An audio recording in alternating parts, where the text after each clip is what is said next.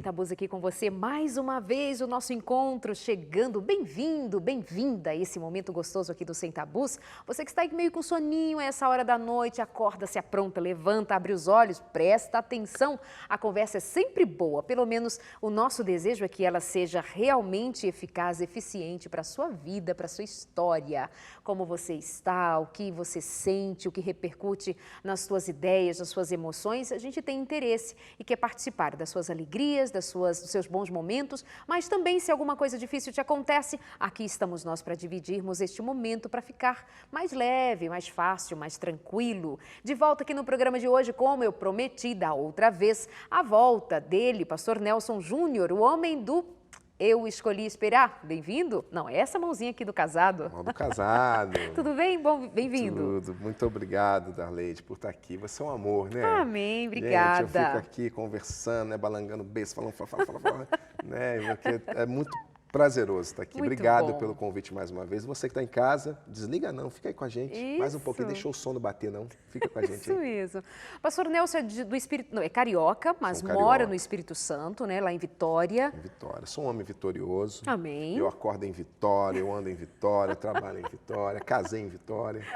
E Casado com a Ângela, com pai a de Ângela, duas filhas. Duas filhas, né? Estou há 17 anos casado. Que ótimo. E comecei aí essa campanha, Eu Escolhi Esperar, é uma campanha de pureza sexual e integridade emocional. Ajudarem as pessoas a entenderem o sexo como algo divino, como uma criação de Deus, algo lindo, né? Que o sexo não é sujo, o sexo não é imoral, porque muito cristão tem esse conceito, né? Exato. De que o sexo e parece que sexo e Deus não combinam, né? Sexo parece profano e não parece. E a gente vem então trazendo esse ensinamento, né? E também às vezes também que para os mais velhos pensam assim, os mais jovens já pensam ao contrário, pensa o que às vezes os amigos vendem, aquela imagem do que a televisão vende, do que às vezes o que se ensina na sociedade, que o sexo bom é o sexo promíscuo. Né? E as pessoas confundem sem vergonhice, safadeza, promiscuidade. Sexo também não é isso. Então a gente veio trazer essa restauração da sexualidade, né? Como algo divino, não algo maligno, mas algo assim feito para os filhos de Deus, mas que Deus espera a pureza da gente em relação à nossa sexualidade. Integridade emocional, porque quando eu comecei a trabalhar com sexualidade, eu comecei também a me deparar que as pessoas sofrem muito sentimentalmente e mostrar então para elas a importância de saber guardar o coração, que Eclesiastes 3, há um tempo certo para todas as coisas. E assim como há um tempo certo para termos as nossas experiências sexuais, que é dentro do casamento, ensinar aos nossos jovens, aos nossos adolescentes e até às nossas crianças, que também há um tempo certo para a nossa vida sentimental. Eu tenho duas filhas, uma de 3 e uma de 7, e eu já ensino para elas esses princípios, né, sobre relacionamento, sobre namoro, porque eu sei que na escola, né, os coleguinhas, minha filha tem 7 anos e já tem coleguinha que já namora. Olha Né? isso. Lá entre eles, escondidos, os pais não sabem, Sim. mas no recreio, né? Então, às vezes, a gente pensa assim, tem que ensinar para os nossos jovens. Um dia um pastor me ligou, né? Pastor Nelson, queria que você viesse dar uma palestra, vi seu trabalho na internet, na televisão, e eu preciso que você venha aqui salvar meus jovens, porque o negócio aqui não está fácil, dá uma palestra para eles aqui, porque aqui eles não esperam, e tarará, tarará. Eu falei, pastor, você quer que eu vá ensinar sexo para os seus jovens? É, isso mesmo. Eu falei, tarde demais. Muito tarde. Ele, mas por quê? Eu falei, mas eles já estão até fazendo, pastor. Então. Né? Então a gente tem esse conceito, tem que ensinar aos nossos jovens. E, na verdade, nós temos que nos antecipar, né? O mundão já se antecipa, o inimigo já usa suas ferramentas, já está ensinando às crianças. Então, nós, como igreja, precisamos também ser prudentes e começar também a ensinar nossas crianças, né? Avançar essa fronteira que, isso é um papo para adulto. Já foi um dia. Hoje é urgente. É urgente. Papo de família, papo de criança, família, papo de adolescente, é para conversar, né? Exatamente. Então, isso é o Escolhi Esperar. O Eu Escolhi Esperar traz essa proposta nessas duas plataformas, pureza sexual e integridade emocional. Temos nos especializado nisso e comecei essa campanha trabalhando com casais. Como eu atendia muito casais casados, eu comecei a ver que 70% dos conflitos no casamento estavam diretamente associados ao tempo de solteiro. E eu comecei a ver que o que as pessoas estavam vivendo como casado era, na verdade, o reflexo do que elas viviam quando solteiras. Então, eu ouvia muita frase assim: pastor, nós estamos aqui no seu gabinete porque nosso casamento está acabando. Infelizmente, na igreja, as pessoas só procuram ajuda e conselho quando já se esgotaram todas, já tentaram de tudo, não conseguiram nada, aí leva ao conhecimento. Só buscam ajuda, não vou dizer tarde demais, é só buscam ajuda quando já acabou. Né? Então é assim que as pessoas chegam. Então você está em casa, às vezes alguém está nos ouvindo com um conflito. Por favor, não busque ajuda quando não tem mais jeito. Quando você já se esgotaram, que a gente também tem aquele conceito assim, esse é um problema nosso. Entre marido e mulher, ninguém mete a colher, já dizia minha avó. Né? E a gente tem esse falso conceito, a gente tarda para pedir socorro, porque parece que é vergonhoso pedirmos ajuda porque o nosso casamento está mal.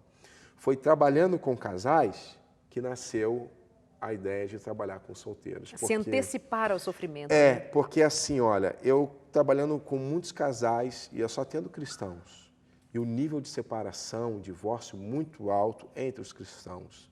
E às vezes o casal casado com 2 anos, 3 anos de casado, já falando em divórcio. E eu falo, mas por que vocês concluíram que vocês precisam divorciar? Ah, sabe o que é, pastor? É porque o nosso casamento se desgastou.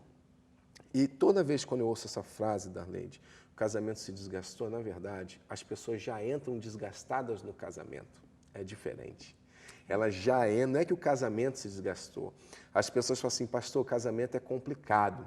Mentira, complicado são as pessoas. As pessoas entram cheia de complicações numa vida a dois. Então eu pensei, meu Deus, como é difícil salvar um casamento quando ele está terminando. E foi aí assim onde o Senhor me inspirou, né? Falou, filho, se é difícil salvar os casamentos quando eles estão terminando, então vamos salvá-los antes mesmo que eles comecem. E foi aí que eu tive a iniciativa de começar o Escolhi Esperar. Foi vendo a necessidade do casado que nós começamos a cuidar dos solteiros. E nós trabalhamos nessas 2 plataformas de sexualidade e vida sentimental, porque de todos os temas que tem hoje na igreja, esses são assim existem alguns temas ainda que nós precisamos romper, né? São os Dinheiro, menos atendidos, política, né? Existem alguns temas que são delicados a gente falar na nossa comunidade, com os nossos irmãos, falar de dinheiro, de política e sexo, são assuntos assim que as pessoas não gostam, né? Não ficam à vontade de ensinar. E eu aceitei esse desafio de falarmos sobre sexo para cristãos, né? E ajudar as pessoas a terem uma vida sexualmente saudável, à luz da palavra de Deus. Né? E é um desafio, né, nesse mundo Você disse moderno. que, normalmente, ou você começou a perceber que os casais, eles arrastam para dentro do casamento uma demanda de desgaste da sua vida de solteiro. Isso. Por exemplo? Assim, olha, eu um dia estava lendo uma estatística de conselheiros familiares que atende casais casados. E essa pesquisa chegou a uma conclusão que 75% dos conflitos no casamento teriam sido evitados se aquele casal tivesse sido bem orientado antes de se casarem, né? E esse número me chamou essa atenção, porque as pessoas, elas acham que casamento vem pronto. E, na verdade, casamento se constrói, né? Exige-se de ambos demais. Existe um nível de renúncia. As pessoas casam hoje porque estão apaixonadas, casam porque estão carentes. Se é cristão, casa para sair de casa, algumas meninas. Os homens, às vezes, casam atrás de sexo. Então, casam por propósitos errados, casam por paixão, casam por uma série de fatores, casam-se para ser em busca da felicidade, casa para ser feliz. E todas essas coisas, elas já criam conflitos no casamento. Se uma pessoa vive uma vida de solteiro, um tempo de solteiro, uma vida promíscua, isso tudo se reflete dentro do casamento. Se uma pessoa, por exemplo, o que eu falo com os jovens, por que guardar o coração? Porque assim, olha, amor não acumula milhagem. quem tem vários amores na vida não é mais experiente, é mais ferido, é mais frustrado, é mais decepcionado. Isso é prático, isso não é uma questão religiosa, né? Até quem não é religioso concorda que assim ter vários relacionamentos na vida não favorece, desfavorece. As pessoas que não querem casar, as pessoas geralmente que têm uma repulsa, uma dificuldade com o casamento, são as pessoas que tiveram experiências e decepções amorosas, né? Quem às vezes perdeu um grande amor. Então, às vezes, quando você namora muito ou começa a namorar muito cedo, todas essas coisas, de uma certa forma, elas repercutem dentro da vida a dois. Então, eu resumo da seguinte forma: o tempo de solteiro não é o tempo de você sair por aí fazendo o que dá na cabeça. O tempo de solteiro é a sementeira que eu levo para a vida de casado. Tudo o que eu faço como solteiro hoje, Darleide, é o que eu vou fazer como um casado amanhã. Se eu sou um solteiro complicado, uma pessoa difícil, se eu sou teimoso, se eu não cedo, se eu não aprendo a pedir perdão, se eu não me desculpo quando eu erro, se eu tenho dificuldade de reconhecer, isso tudo como solteiro, se eu não mudar como solteiro, eu vou ser um trambolho quando casado. Então, é nessa associação que eu faço, né? É tudo que nós somos hoje como solteiros. A menina que está me ouvindo aí agora, a menina complicada, eu falo, então se descomplica. Se você quer casar, minha filha, se descomplica, né? Essa menina, ou se o cara é chato, se tem um monte de mania, ou se tem alguns desvios de conduta, de caráter, não, é um mal pagador, é enrolado, promete e não cumpre. Tudo que nós fazemos como solteiro, nós levamos para a vida de casado. Só que quando nós somos solteiros, atinge só a minha vida. Quando nós somos casados, agora nós somos um com alguém. E é aí que esses conflitos se potencializam. Porque o que eu faço como casado reflete diretamente no meu cônjuge. E aí, dependendo também de como meu cônjuge reage, de como meu cônjuge tolera, de como meu cônjuge lidar as coisas que eu faço, isso posso ajudar o meu cônjuge a mudar, ou pode, como na maioria dos casos, gerar conflito. O conflito se torna constante, a constância se torna desgastante e esse desgaste mina o casamento e aí a gente chega no divórcio. Então, para quem espera um bom casamento, precisa ser um bom solteiro. Exatamente. Né? Ter uma vida de solteiro adequada, bem definida. Bem definido, bem resolvido. Né? Eu sempre falo para quem quer casar, eu falei, antes de encontrar a pessoa ideal, eu espero que você se encontre. Porque se você não se encontrar, você vai jogar nas costas a dura e infeliz missão do outro te fazer feliz. Que não vai conseguir. E não vai conseguir. Por mais que a outra pessoa pode ser a melhor pessoa, uma pessoa que Deus põe na nossa vida. Mas se nós não formos, né, todo mundo quer encontrar alguém especial. Mas nós estamos nos esquecendo de nos tornarmos alguém especial para o outro. Todo mundo espera, né, alguém. Mas, na verdade, não se prepara para ser um alguém que será encontrado. Mas você não acha também que, às vezes, tem alguém que se acha tão especial, se acha tão... pastor, eu sou de boa, estou aqui, nota 10, mas ninguém me ama. Aí cria um outro sofrimento. Eu sou tão legal, eu sou tão bonita ou tão bonito, eu sou tão bem formado e não tem ninguém que me veja. É um outro tipo de sofrimento? É um outro tipo, né? O complexo. Né? Tem o complexo de inferioridade e tem a pessoa que sofre do complexo de superioridade, né? Tipo, ninguém me merece porque tá difícil, né? Eu conheço pessoas assim, né? Porque tá difícil. Está certo que para as mulheres está um pouco mais difícil do que para os homens. Né? Tá muito, principalmente as cristãs. Né? Tá muito difícil mesmo. Né? O número de homens na igreja é bem menor do que o número de mulheres. Isso nós vemos nos nossos cultos. E os homens que estão na igreja, ou são, assim, a grande maioria são crianças ou já estão casados. Aí sobra uma meia dúzia. Né? Tem que ficar muito esperto, Tem que ficar muito esperto. Aí você é uma menina, que a concorrência já é grande, você é complicada ou você se acha demais, aí vai pronto, aí fica mais difícil ainda. Aí tem gente que já não está no escolher esperar, né? Tá Pessoas que pensam, então, num outro movimento novo que tem. Eu escolhi encalhar. Né? Às vezes as pessoas encalham porque são complicadas, difíceis, ou se acham boas demais, né? Ou os pais são responsáveis por isso, né? Às vezes os pais acham assim que não tem um cônjuge à altura da minha filha, meu filho, né? E Cria algumas situações difíceis. E cria uma situação difícil. Mas não né? brinca assim com essa história de encalhar, que você mesmo no outro programa falou que encalhado quem casa mal, ou quem está noivando mal, ou quem está namorando mal. Namorando você só quis mal. fazer graça, só né? quis fazer graça, era só uma piadinha. Tô te conhecendo, Nelson. Amados, no programa passado, se vocês não assistiram, uns poucos aí que não assistiram na semana passada, porque a maioria não perde o Sem Tabus, não é verdade? Você pode ter acompanhado, você viu o pastor Nelson contando do seu drama, que quando ele escolheu esperar e ficou 7 anos sem namorar, né?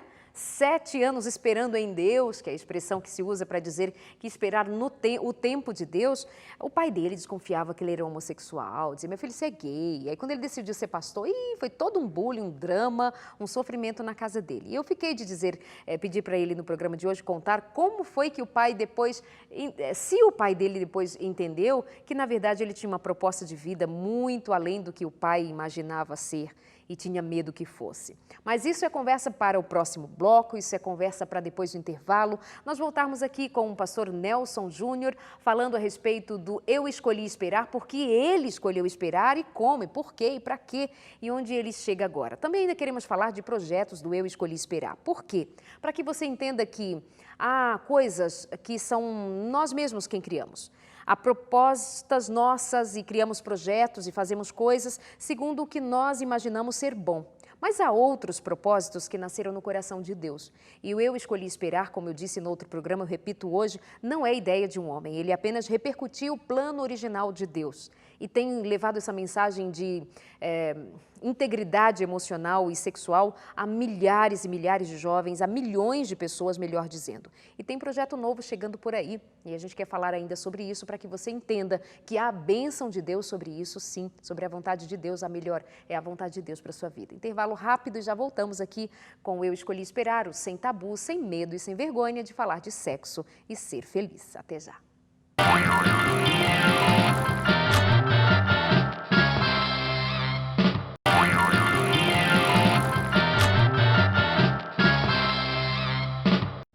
A gente volta aqui no Sem Tabus, feliz com você e a sua companhia. Você sabe que sempre eu gosto de dar dicas de leitura para você, né?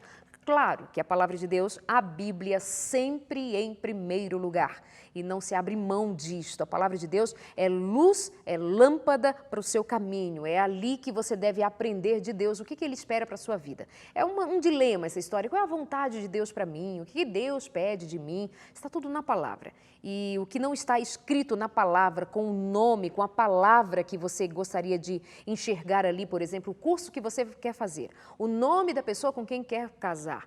A palavra de Deus traz os princípios para o seu casamento, para o seu relacionamento, para o curso que você quer fazer. Por exemplo, o curso que você quer fazer é para satisfazer a sua vontade e tudo acontecer em torno da sua vontade, ou você tem vontade de fazer um curso, uma formação para servir aos outros? Já dá a ideia de que se há alguma coisa na direção de servir a outros, de fazer o bem a outros, de trazer benefícios para os outros, que edifiquem a vida dos outros, já é sinal de que esta é a vontade de Deus para você, porque a vontade de Deus para nós é a vontade de sermos, de compartilharmos bênçãos na vida dos outros. E por falar em dicas, leituras, fora a Bíblia, eu trago para você algumas literaturas da Casa Publicadora Brasileira, cpb.com.br. Hoje a minha dica é O Limite do Prazer. Aqui você vai encontrar algumas das principais teorias quanto à homossexualidade, o limite do prazer, e vai entender um pouco mais a partir das pesquisas feitas, a cultura, os costumes, os porquês, as práticas, as civilizações passadas, visitando o Egito, a Grécia, Roma, lugares que serviram de moldura para o mundo antigo e do Novo Testamento. Ela traz achados arqueológicos e documentos que esboçam o perfil da sociedade ou de sociedades comprometidas com a homossexualidade, o que aconteceu com elas. Aqui, leitura boa para você. O Limite do Prazer, o que a Bíblia diz sobre a identidade sexual, cpb.com.br. Hoje, você sabe que a nossa conversa continua com o pastor Nelson Júnior, o homem da mão do Eu Escolhi Esperar, que promove casamento, relacionamento. Depois que eu levantei a mão, meu câmera tirou, mas voltou aqui, ó. Aliancinha, casamento, integridade sexual, integridade emocional. E aí estamos falando também neste momento agora para os solteiros. Não é, pastor? É desafio, hein? É desafio demais. É um desafio, é um desafio. Pastor, o que dizer das... você citou em algum momento, e eu já ouvi isso na fala de outras pessoas, sobre a defraudação emocional. Em algum momento você citou, e a palavra de Deus nos traz essa ideia à tona. O que é eu ser responsável pelo sentimento do outro, que pode haver uma desonestidade nesse relacionamento e eu possa defraudar as emoções de alguém, a vida de alguém, o corpo de alguém? Que ideia é essa? Que ideia é essa? Eu, lendo defraudação, esse termo no grego, em 1 Tessalonicenses 4, versículo 6, não defraudeis o seu irmão. Defraudar, no caso sentimentalmente, é quando você desperta numa outra pessoa um sentimento que você já sabe que você não vai suprir. Né? É quando você faz a outra pessoa sentir algo, ter sensações, emoções a teu respeito, que você já sabe que você não vai suprir, não vai levar adiante. Então, por exemplo, é quando uma pessoa, ela elogia, ela mexe com o emocional da outra, ela desperta as emoções da outra, mas no fundo, a pessoa faz isso porque isso faz bem ao seu ego. Tipo, né, tem pessoas que têm prazer, né, se sentem mais importantes, mais valorizadas quando elas mexem com o sentimento dos outros, mas ela já sabe e ela não faz isso. O defraudador, na verdade, a defraudação não é um pecado que a pessoa comete na vida. É típico de algumas pessoas que são defraudadores, ou meninas ou mulheres que são defraudadoras. Desonestas ou desonestas? É uma desonestidade, por né? aí. Exatamente. Então, nós conhecemos casos em nossas igrejas, assim, de um modo geral, de casos de pessoas assim, que é onde é aquela menina que todo mundo é apaixonado por ela. Né? Um dia uma menina chegou para mim e falou assim, eu não entendo, porque todos os rapazes da igreja são apaixonados por mim, eu não faço nada. Eu falo assim, olha, quando uma pessoa tem um conceito distorcido a respeito da gente, ela pode estar enganada. Mas quando várias pessoas têm o mesmo conceito da gente, talvez o engano esteja em nós. Falei, então talvez, não é que você é uma menina extrovertida, talvez a forma como você se comporta desperta nos rapazes um interesse aquém que outras meninas não despertam. Então, algumas pessoas, como todos nós estamos num processo de conversão, num processo de transformação, muitos que estão na igreja, vêm do mundo, né, se convertem ao Senhor, não são criados dentro da igreja, mas entram para a igreja, né, vêm algumas com seus costumes, suas práticas, exatamente, que ainda estão sendo ideias. transformadas. Essa é uma área que uma pessoa lá no mundão, às vezes ela era uma defraudadora ou um defraudador de mão cheia, ou seja, sabia despertar o sentimento, cativar as pessoas, mas não de um jeito extrovertido, que você quer a amizade das pessoas, mas que algumas pessoas têm essa necessidade, ainda tem essa característica do mundo ainda dentro de si, que precisa. Então, algumas meninas, para se sentir valorizadas, ainda precisam mexer com as emoções de alguns rapazes da igreja. E vice-versa. Alguns rapazes que no mundão namoravam muitas, pegavam geral, e agora vêm para a igreja, tem as meninas que estão lá, e assim, para fazer bem ao seu ego, para fazer bem às suas emoções, ainda conserva esse comportamento de mexer com o sentimento das meninas. Então, ser galanteador, ser conquistador, mas sem a intenção de engatar um relacionamento. Né? Eu, por exemplo, precisei ser um galanteador com a Ângela, porque a Ângela não queria nada comigo. Então, eu era feio, né? Magrelo, pobre, tinha um monte de menino bonito na igreja, um monte de menino financeiramente bem melhor que eu. O menino tinha carro, eu não tinha nada, só tinha uma bicicleta. Né? Então, assim, eu tinha todas as coisas desfavoráveis. Ainda tinha aquele negócio que todo mundo me falava, você não entende nada de mulher, você não entende nada de mulher, um dia você vai gostar de uma menina, você não vai saber chegar nela porque você nunca foi um galanteador. Então, as pessoas sempre também falavam isso, meus amigos, né? Na verdade, eles achavam que isso não era um galanteador, é que eles sabiam chegar. Entendeu? Tem esse disfarce também, muitas vezes. Né? O que eles chamam de saber chegar, hein, pastor? Saber chegar é exatamente esse É o que galanteio. você fez com a Ângela. É você fazer com que a menina se interesse por você. É isso, saber chegar e você saber despertar a menina. E a questão não era que você não sabia, era que você não queria, porque você não estava... Não, na verdade também eu não podia dizer que eu sabia também, né? Eu poderia achar que eu sabia, mas eu não sabia, porque eu nunca cheguei. Mas quando a pessoa chegar também, eu cheguei chegando. Cheguei chegando. Então, porque assim, ó, uma coisa, ainda tem esse desafio. Eu tinha todas as coisas desfavoráveis, porque, como eu falei, meu quadro era... né, periclitante, assim, um negócio crítico. Então, eu não tinha nada que me favorecesse. E ainda tinha como que eu ia fazer. Pior, quando eu cheguei, ela só me via como um amigo. Ela não tinha, por mim, eu não era um rapaz interessante para ela. Em momento algum do tempo que a gente se conviveu, ela parou para pensar na possibilidade que um dia poderíamos ter um relacionamento. Então, além de tudo, eu ainda tinha o fator de que a menina que eu escolhi não me escolheu. Né? Aí falou, pastor, o que você fez? Eu fiz macumba. Que horror! Brincadeira, gente, só brincadeira, só para quebrar o clima da madrugada, para você não dormir. Né? Não, mas aí... veio a questão da abordagem, que é fundamental, que eu também ministro nos seminários, né? Eu tenho um seminário chamado Amor e Sexo. Tudo sobre vida sentimental, respondo perguntas, né? E ensina até isso tem que ensinar, pastor, como é que chega, né? Como é que chega? Agora eu fiquei curiosa para os meus amigos ali de casa. Né? E aí eu vou dando uma dica para os rapazes, né? Porque se as meninas chegarem demais, ela parece oferecida, né? Biblicamente falando, há uns textos em Provérbios que mostram que a mulher deve ser achada. Eu não vejo isso como uma regra, como uma doutrina, mas, biblicamente falando, há 3 passagens em Provérbios 8, 22, e outras passagens em Provérbios que diz: o homem que encontrar uma esposa encontrou uma bênção do Senhor. Então, é o homem que vai ao encontro, né? Aquele que encontra a mulher virtuosa, né? Então, sempre mostra que é o homem que vai à procura e a mulher é encontrada, né? Porém, eu não acredito que isso seja uma doutrina, que a menina não possa um dia, em algum momento, porque tem rapaz também que é devagar demais, o cara às vezes não se liga, a menina tem que não tem que desenhar para ele, né?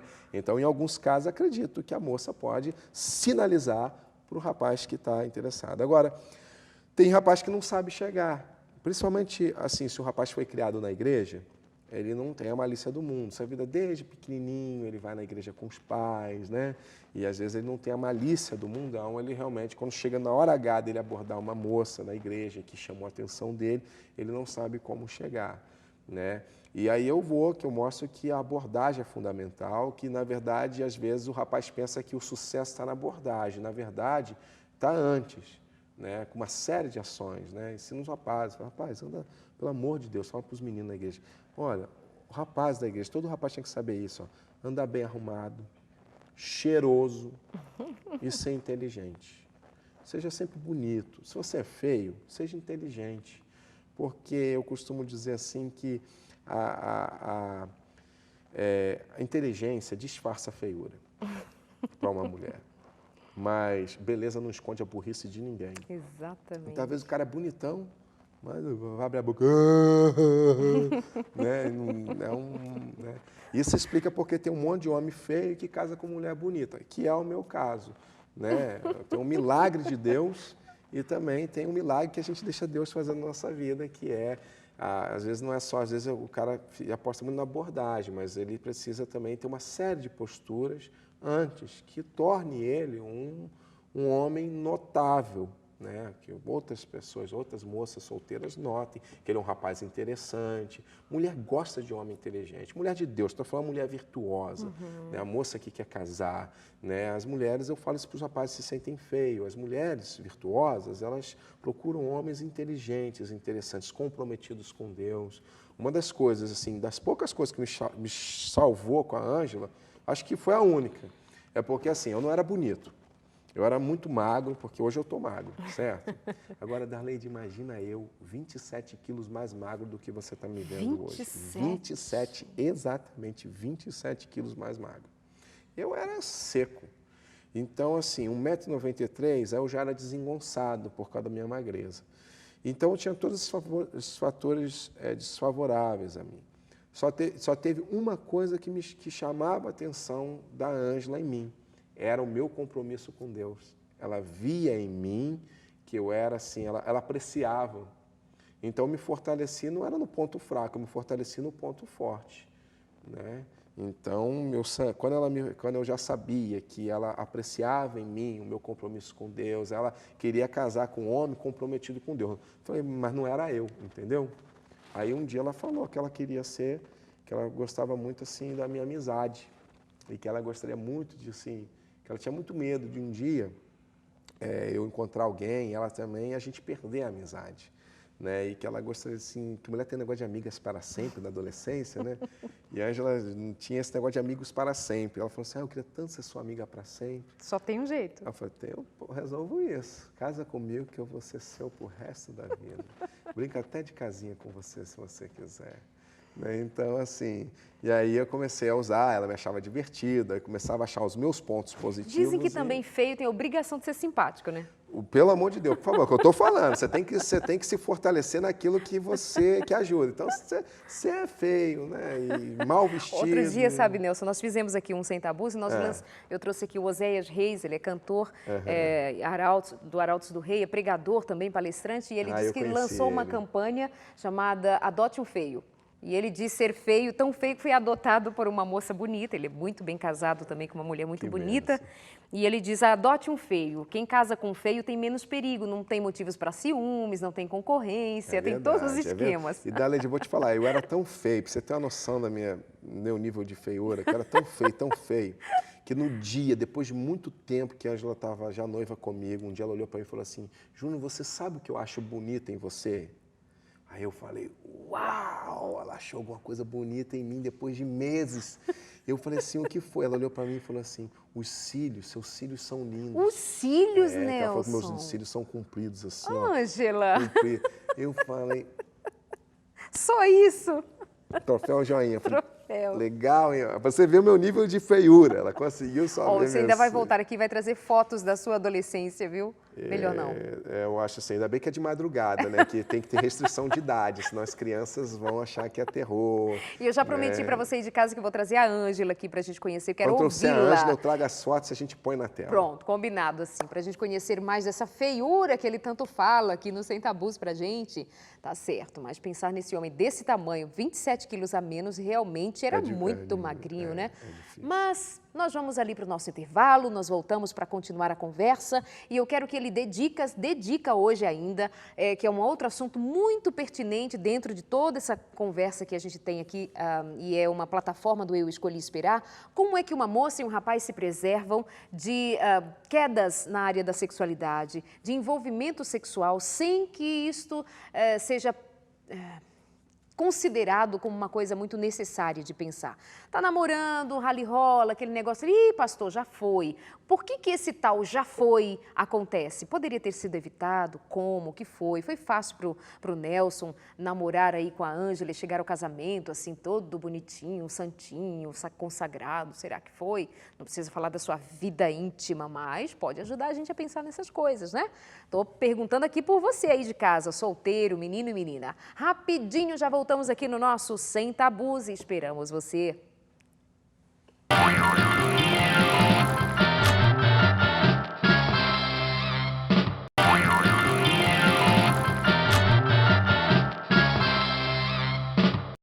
Você já pediu a revista Família Feliz? Ainda não? Você sempre deve me ouvir falar da revista Família Feliz aqui. É um brinde nosso, um presente nosso para você. Nada demais, só acessa o nosso site, novotempo.com/semtabus e clica no banner que tem a revista Família Feliz, preenche, põe seus dados pessoais e postais ali, envia pra gente e você vai receber em casa a revista Família Feliz, combinado? Lá também tem dicas da área da sexualidade, para você viver bem sexualmente. Você que é solteiro, tá namorando, tá noivo ou casado, tem assunto para todo mundo, para educação de filhos, para a vida financeira, tudo tá ali na revista Família Feliz. Bom, vamos continuando e aproveitando o tempo hoje aqui com o pastor Nelson Júnior e estamos falando da perspectiva do trabalho que é feito pelo Eu Escolhi Esperar, que é um projeto muito bonito bonito que chama os jovens, chama todas as pessoas, mas principalmente os jovens, os adolescentes, para um entendimento do que Deus quer para a sua sexualidade, do que Deus planejou para você, cercando você de cuidados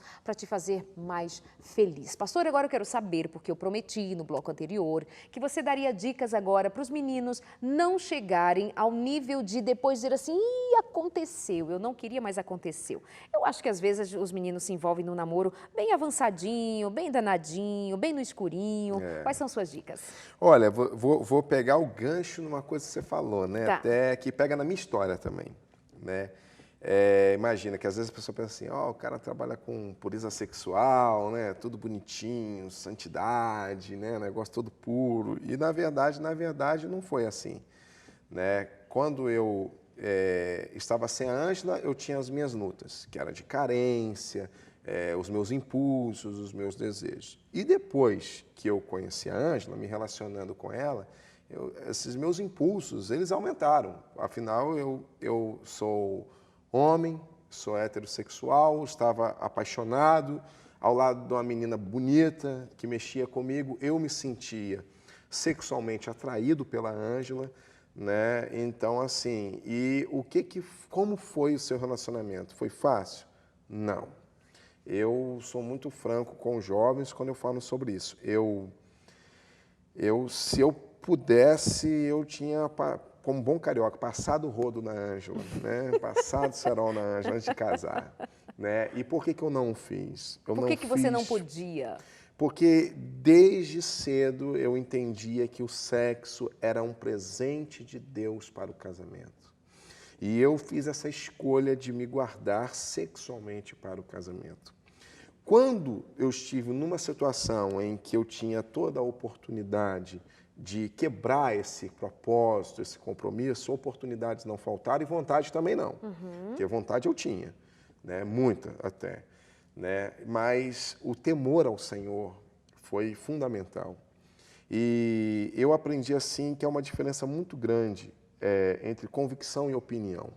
Tem muito jovem que tem a opinião do certo e do que é errado, e aí não consegue segurar a onda quando a tentação vem e cai em pecado, porque tem só opinião. Eu só não caí em pecado com Ângela por causa da convicção de que o prazer que eu estava buscando naquele momento não se comparava com o prazer que Deus me daria no meu casamento, com as recompensas de Deus por eu ter sido fiel ao que Ele esperava de mim.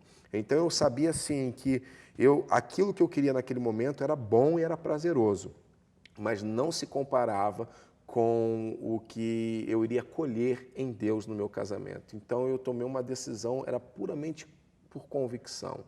Vontade não faltou, oportunidade nós tínhamos, ela tinha o desejo, eu também tinha o desejo, mas nós entendíamos assim que não era o plano de Deus e que se a gente nos entregássemos um ao outro, nós colheríamos as consequências de termos quebrado mais aquele princípio na nossa vida. Então, assim, por uma convicção, a Ângela, convicta, ela tinha mais força do que eu, né? Talvez se ela não tivesse tão convicta também, se só eu tivesse a convicção, talvez não seguraria. Porque se ela tivesse, eu sempre falo para os jovens, há uma diferença muito grande entre convicção e opinião. Você ter opinião do que é certo e errado, tem hora que não basta. Darleide, a cada 10 jovens na igreja hoje, 7 não são mais virgens, e a metade dos nossos jovens tem uma vida sexualmente ativa. Essa é a realidade do jovem cristão no Brasil hoje. A pergunta é, por que o jovem, então, se o jovem sabe que não deve fazer, por que faz? Porque justamente só saber que não deve fazer não é suficiente para segurar a onda. Né? Só saber que é pecado, que não pode, não funciona. A igreja ensinou não pode, não pode, não pode, não pode. E a minha pergunta era, quando eu estava solteiro, por que não pode? Se é de Deus, se é bonito, se é prazeroso, se a gente se ama, se é em comum acordo, se eu não estou forçando, se ela quer, se eu quero, se nós temos um compromisso, se nós estamos noivos, se nós temos data de casamento marcado, que sentido tem eu ter que esperar o casamento para desfrutar de algo que eu posso ter agora? Se eu já tenho todos esses critérios, eu não consegui, por que não? Por que não pode? E os pastores somente sabiam me dizer que não pode. E isso não é suficiente, né, para segurar a onda quando dá a vontade, quando vem o desejo. Então não foi fácil, eu senti o desejo. Porém, só não poder não é o suficiente. Nós precisamos tomar várias decisões. Decisões muito práticas. Ficar sozinho não presta. Ficar no escuro não presta. Beijar demais não presta. É gostoso, mas não presta. Né? São 3 cuidados assim. O excesso de intimidade, de contato físico. Seja um beijo, porque também pode até não beijar, mas às vezes uma carícia que a menina faz, um tchau, né? O rapaz, às vezes, eu conheci um casal que decidiu se beijar só no casamento. Mas quando ele ia dar tchau para ir embora, ele não dava um beijo para ir embora na boca. Ele ia lá, mordia a orelha da menina. A menina ficava toda arrepiada. Ai, menino. Né? Então, ou seja, trocou 6 por meia dúzia. Não beijo porque beijar, mas deixava a garota arrepiada. Né? Então, assim, eu tenho uma aula muito legal que os jovens me perguntam, pastor, é pecado beijar antes do casamento? Isso é uma grande polêmica. Eu não sei, assim, na igreja adventista, mas, assim, nas denominações evangélicas é uma grande polêmica. Beijar ou não beijar, porque tem uma corrente que diz que o beijo é para o casamento. O que você me diz? Eu falo, beijar na boca é pecado? E assim, o pessoal fala, beijar na boca é bom? Eu digo, não. É maravilhoso. É prazeroso. E aí que está o grande negócio, né? E o beijo na boca prepara o corpo para a relação sexual. Faz parte do jogo sexual, Faz parte do jogo sexual. Toda relação sexual, a introdução dele é o beijo. O beijo prepara o corpo, né? Aí dou uma aula de biologia, né, para eles, e como que funciona todo o traçado do beijo e tal, como que aquilo mexe. E eu e Ângela, nós então tivemos posturas de prudência, que nos preservava para não chegar. Pergunta clássica, pastor, qual o limite no namoro? Darley, essa é uma pergunta clássica de quem gosta de andar no limite. E pergunta qual o limite, porque quer saber até onde pode chegar. Em questão de sexualidade, você assim, uma expert nisso, né? Estudou, sabe? Até estou arriscando a psicologia aqui. Mas assim, em relação de sexualidade, principalmente nós que somos cristãos, eu acredito que não dá para andar no limite. A Bíblia, ela não nos ensina a nós irmos no limite da nossa carne. A Bíblia nos ensina a fugir da carne. Então, quando um jovem pergunta, pastor, qual o limite? É porque ele quer saber até onde dá para ir. Na mão, no beijo. E, na verdade, a carne, a gente se converte. A nossa carne não. Nossa carne nunca se converterá. E a carne, ela sempre quer mais carne. A Bíblia, ela não nos instrui em momento nenhum nas cartas de Paulo, por exemplo, onde tem, assim, conselhos muito práticos sobre como tratar a carne, em Gálatas 5, por exemplo. A palavra de Deus, em momento nenhum, ela nos incentiva a lidar com a nossa carne. A Bíblia sempre aponta a crucificação da nossa carne, a fugir dos desejos da nossa carne. Ela não manda ir no limite. Para mim, por que os jovens caem? É porque eles querem saber qual o limite. Um dia um rapaz veio, pastor, eu sei, eu posso beijar, eu posso sei que eu não sinto nada. Eu falei, mano, então enterra que você está morto. Ah, estou vivo. Então você é gay. Não tem como você, com a menina que você ama, que você sente atraído, você não sente nada, brother. Então você não está santo, você está morto, você está estragado, você não serve para casar, você não é chegado no negócio, brother. Então você me desculpa a sinceridade. Não, que eu sei o limite, pastor. Não, eu sei onde parava, não sabe. Não, pastor, eu seguro a onda, na hora do vamos ver, eu sei até a hora de parava, não sabe. Pastor, não segura nenhum pum, quanto mais na sua barriga, quanto mais segura a sua carne. A moçada, que é o limite da carne, a carne, a gente tem que fugir dela.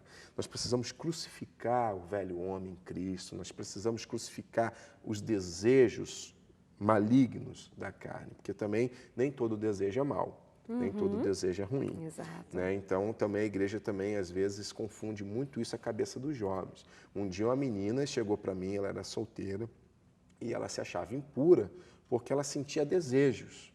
Ela imaginava, ela achava que era pecado um dia, que ela imaginava um dia como seria a lua de mel com o noivo dela. E ela se pediu para ser afastada das atividades da igreja que ela se achava impura. Por quê? Porque ela tinha ela tinha desejos pelo futuro marido dela.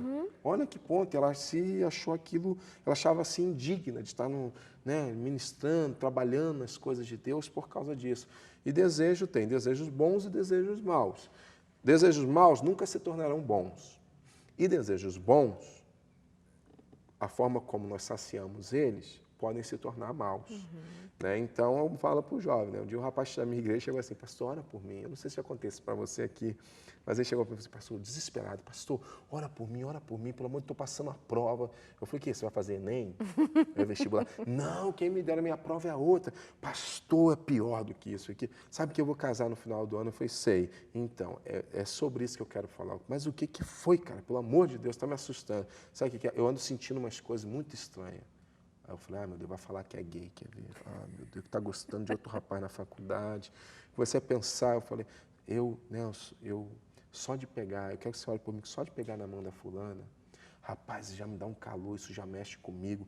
Eu não aceito isso na minha vida, não. Eu repreendo isso em nome de Jesus, eu amarro em nome de Jesus. Eu falei, eu desamarro agora, em nome de Jesus. Ele regalou olhando, ele falou, eu rejeito. Eu falei, mas eu chamo de volta, em nome de Jesus, recebe tua bênção. Aí ele ficou assim, misericórdia, pastor, eu não aceito isso na minha vida, não. Esse desejo, tá doido? Eu não quero isso para mim, não. Eu falei, mas eu quero, eu sou pastor, sou autoridade, eu que mando aqui, em nome de Jesus, recebe. O que ele estava entendendo com isso, pastor? Ele estava em pecado? Ele estava em pecado porque ele sentia desejo pela menina. Para a noiva, Aí ele falou, mas pastor, você não está entendendo. Eu falei, deixa eu ver se eu não estou entendendo. Você está me dizendo o seguinte, a fulana, sua noiva, você sente atração por ela, isso, quando você pega, ela anda mexendo com você, ela está te fazendo, só de pegar na mão dela, isso já te dá, é isso mesmo, você entendeu? Eu falei, graças a Deus, rapaz, quer me matar do coração, você é homem. Se tua mãe não te falou, eu estou te falando, você é homem. Eu falei, graças a Deus, rapaz, estamos com metade dos problemas resolvidos. Eu falei, mano, ele falou, mas você não se preocupa, pastor? Eu falei, não. Eu falei, mas você não fica preocupado? Eu falei, ficaria preocupado se você pegasse na minha mão e sentisse calor. Que se você pega na mão dela e sente calor, graças a Deus. Louvado seja Deus, menos um problema para resolver. Então, nós precisamos lidar com essas coisas. O jovem quer saber o limite. E com a carne, gente, não se brinca, a carne se crucifica.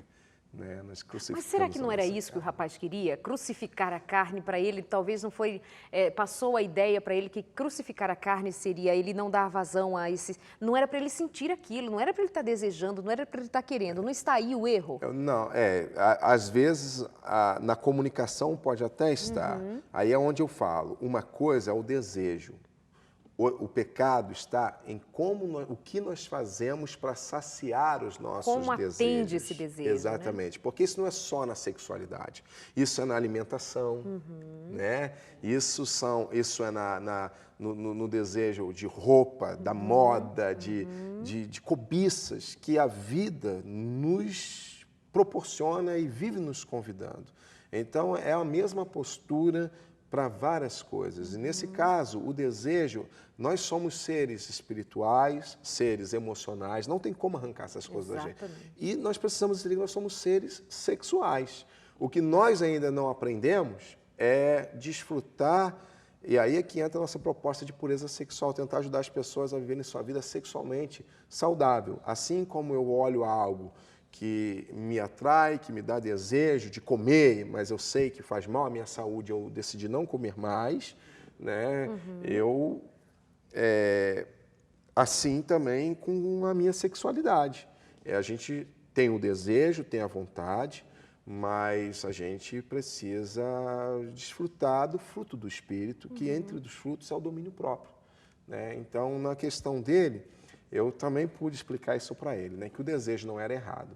O pecado é o que ele iria fazer com base naquilo que ele estava sentindo. Era o avançar. Então, eu falei para ele, o sentir isso não é impuro, isso é natural. Nós fomos feitos para isso. Na verdade, o que nós não fomos feitos é para namorar muito tempo. Isso que abre precedentes. Exatamente. Fomos feitos para namorar para a vida inteira. Então, eu costumo dizer para os jovens, eu não namorei para casar. Eu casei para namorar. E hoje eu vejo essas bênçãos, sem assim querer vender uma imagem certinha, de bonitinho, que eu não sou não. Sou atribulado, Ângela, tadinha, tem 17 anos comigo, eu sou um homem como qualquer outro. Mas assim, eu tenho desfrutado muito, eu vejo como foi bom me dedicar e renunciar a algumas coisas antes do casamento. Eu costumo dizer assim, as pessoas pagam um preço muito caro depois que casam, Darleide. Eu preferi pagar um preço antes, para não ter que pagar um preço depois. E hoje eu vejo plenamente isso no meu casamento. Eu vejo, eu e Ângela somos 2 jovens, eu me casei virgem, a Ângela se casou virgem, e nós vemos assim que nós somos um casal com 17 anos de casado, somos um casal sexualmente ativo e saudável, conseguimos nos desfrutar, nos realizamos. Um dia eu fui numa rádio, né, e a jornalista falou assim, ela não era cristã, era rádio não cristã, uma da maior rádio de notícia do Brasil, era ao vivo para todo o Brasil. A mulher, como que você pode dizer que você não precisa procurar em nenhum outro lugar, porque agora há uma moda muito forte, são várias matérias, né, ensinando a trair, que você tem que trair. Teve recentemente, isso aí veio com muita força agora, né, ensinando para como apimentar a relação. Isso, para que às vezes é monótono, trair, adultério, ensina então a pessoa, os motéis agora mudam até o nome, para não vir o nome do motel no cartão de crédito, vem um nome de um negócio de perfume, sabe? Tem todas essas estratégias hoje. E ela perguntou, mas como? Que você nunca experimentou outra mulher, como você pode dizer que ela é uma mulher que é bom com ela se você não fez com outra? Eu falei, é por isso que eu posso afirmar. Porque como ela me satisfaz ao ponto de não desejar outra. Né? Aí ela parou, pensou e disse, então, né? Vamos esperar. Cri. Olha, o tempo voou, nem deu tempo de a gente dizer dos projetos, outros projetos do Escolhi Esperar, que vai ter filme, que tem projeto em Guiné-Bissau, projeto missionário para ajudar as muitas meninas que sofrem abusos sexuais por ali, não tem atendimento, toda uma cultura que permeia aquela sociedade, precisando de ajuda, e o Escolhi Esperar vai ter a sua sede ali, vai trabalhar e abençoar aqueles lugares. O pessoal que nos acompanha aí em Guiné-Bissau, o pessoal de Angola, o pessoal de tantos outros lugares nos acompanha. Um beijo para vocês. O Eu Escolhi Esperar está chegando por aí. Por hoje, obrigada, pastor. Nos encontramos em outros dias, em outros momentos por aqui, tá? Eu escolhi esperar para a gente falar sobre os projetos. Fica para a próxima. Fica. Mas então, até semana que vem. Um beijo. Mas quer saber mais sobre o Eu Escolhi Esperar? Está nas redes sociais, está no Facebook, em todos os lugares por onde você achar, tem lá o Eu Escolhi Esperar, você vai saber mais. E, por favor, aprenda a esperar e esperar em Deus. E quem espera em Deus sempre alcança, diz o velho ditado, que faz ser verdade na vida de muita gente. Um beijo e até a semana que vem.